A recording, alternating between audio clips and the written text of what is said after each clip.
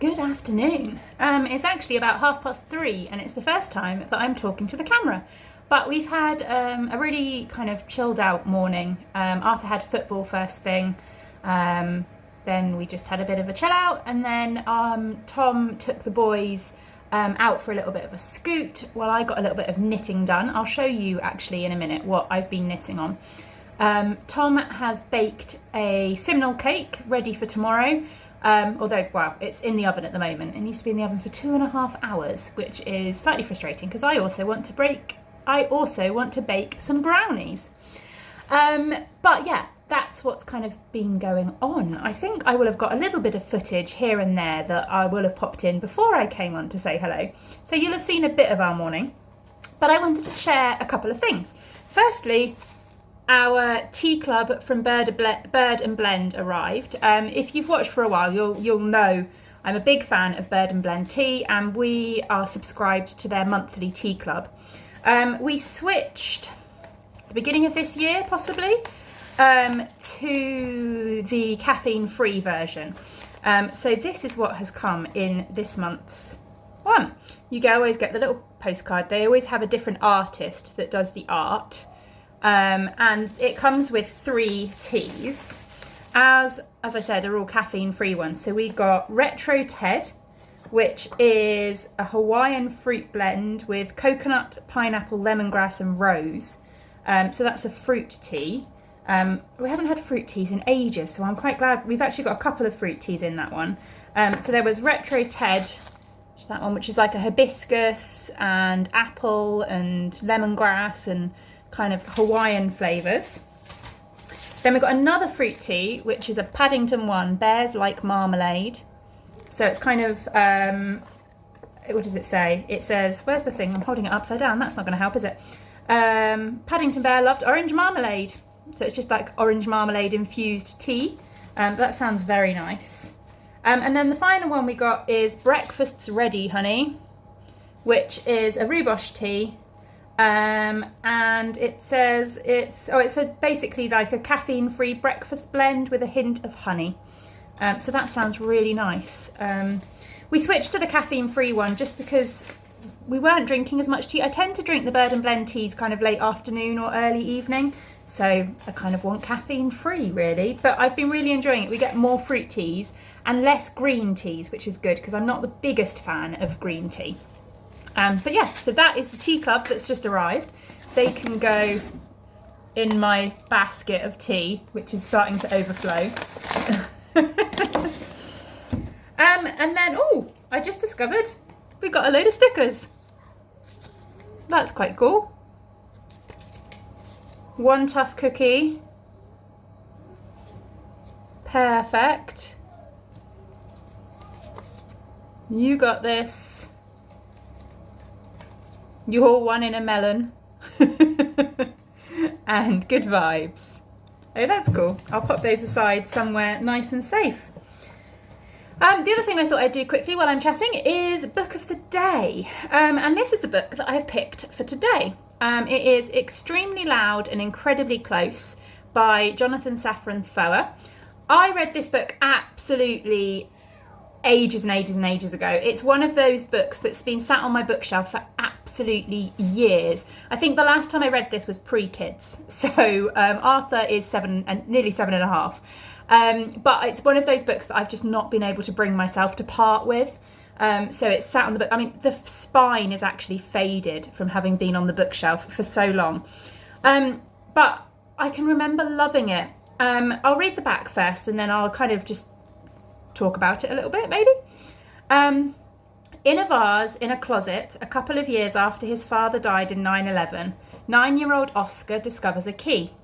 The key belongs to his father, he's sure of that, but which of New York's 162 million locks does it open? So begins a quest that takes Oscar, inventor, letter writer and amateur detective, across New York's 5 boroughs and into the jumbled lives of friends, relatives and complete strangers. He gets heavy boots, he gives himself little bruises, and he inches ever nearer to the heart of a family mystery that stretches back 50 years. But will it take him any closer to, or even further from, his lost father? Yeah, it's a very, very clever book. Well, I thought it was a very clever book. I thoroughly enjoyed it. The way it's written was quite novel for me at the time. It's very much told from the perspective, it's narrated by the 9-year-old Oscar, who, interestingly, when I read the book, I read him as an autistic child. A lot of kind of the things he talks about, he's clearly very anxious, he's struggling with grief, but there were a lot of things that kind of made me think of him as an autistic child. Tom actually said that he didn't read him like that. He just read him as a normal child who was struggling with grief. So if you read it, I'd be curious to know how you interpreted it, if that makes sense. Tom says we've watched the film. There was a film done in 2011 and apparently we've seen it, but I don't remember it. So it obviously didn't make that big an effect on me. But yeah, it's quite interesting because it always has kind of little bits in it that kind of come up to do with the way he's investigating and the things he's finding and like all of the bits. So it's quite an interesting book in that way. I just remember this gripping me. It completely and utterly gripped me. But it's quite interesting in the way it's told from the perspective of this 9-year-old child who kind of narrates through the book. It also has kind of a story alongside at the same time, looking at kind of his grandparents and their story as well. So yeah, that is today's book of the day. I will add it to the list and drop it down below so you can kind of find out more about it if you're interested. Right, I am going to start getting ready to make these brownies now.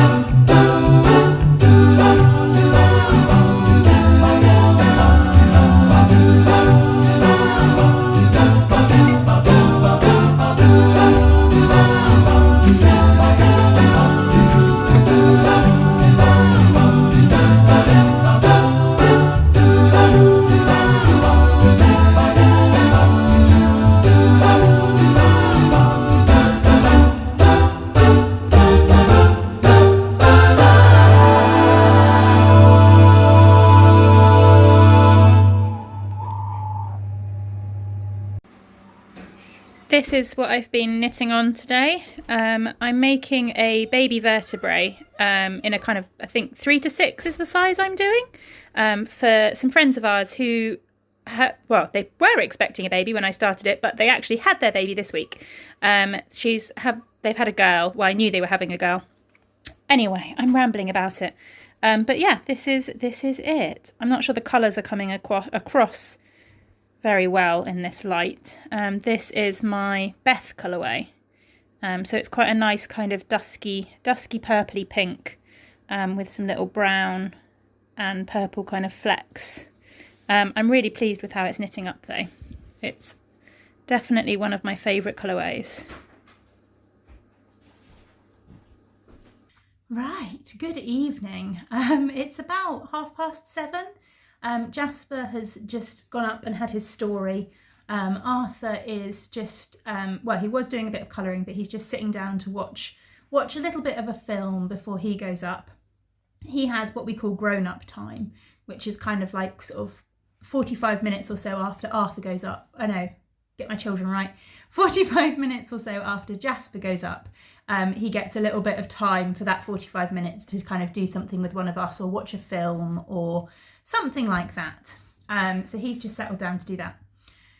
The chocolate brownies that I made were incredibly decadent and rich and gooey. A bit too much so on their own, actually. I had a small slice and they were a bit rich, but I'm going to get some ice cream.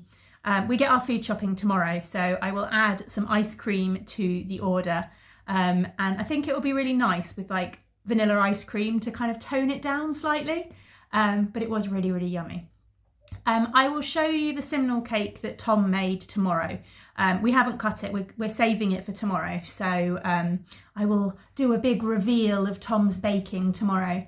If you've watched any of our Vlogmas series, you'll know that Tom is very much the baker and the cook in our household.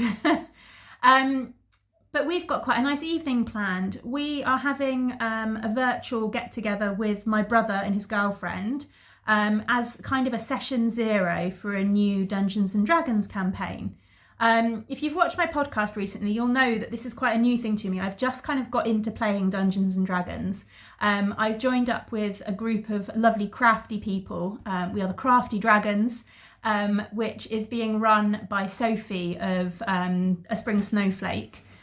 She's kind of running it, and there's quite a few crafty group of us, I guess, who are doing that, which has been really, really fun, and I've been loving it. I've also been doing one, we've been kind of running one half-heartedly for me and Tom. So I've been DMing it and Tom has been playing it, but it's not very easy with only one player, and we're having to kind of alter it quite a lot as we go along so that he doesn't just die because he's on his own. But my brother and his girlfriend have always been big gamers, whether it's computer games or tabletop games or role-play games or anything like that. So it occurred to me a couple of weeks ago, why hadn't I asked them whether they would be interested in doing one? And as soon as I said it, they were like, yeah, no, that'd be great. And my brother has actually DM'd kind of four or 5 campaigns in the past. And is quite excited about the idea at DMing a new one for all of us. So that's going to be really, really good fun. So we're having a kind of session tonight to sort our characters out, and he said he's going to kind of talk us through the world and yeah, that kind of thing. So that should be really good fun to hopefully get that up and running. Because I don't know, we just need all the escapism I can get at the moment. And there's something about the kind of Dungeons and Dragons and playing a different character and all of that kind of thing that is such fantastic escapism. Anyway, I think I am going to leave the vlog here for the day. I need to go and help get Arthur into bed and tidy up a little bit before we can settle down for the evening.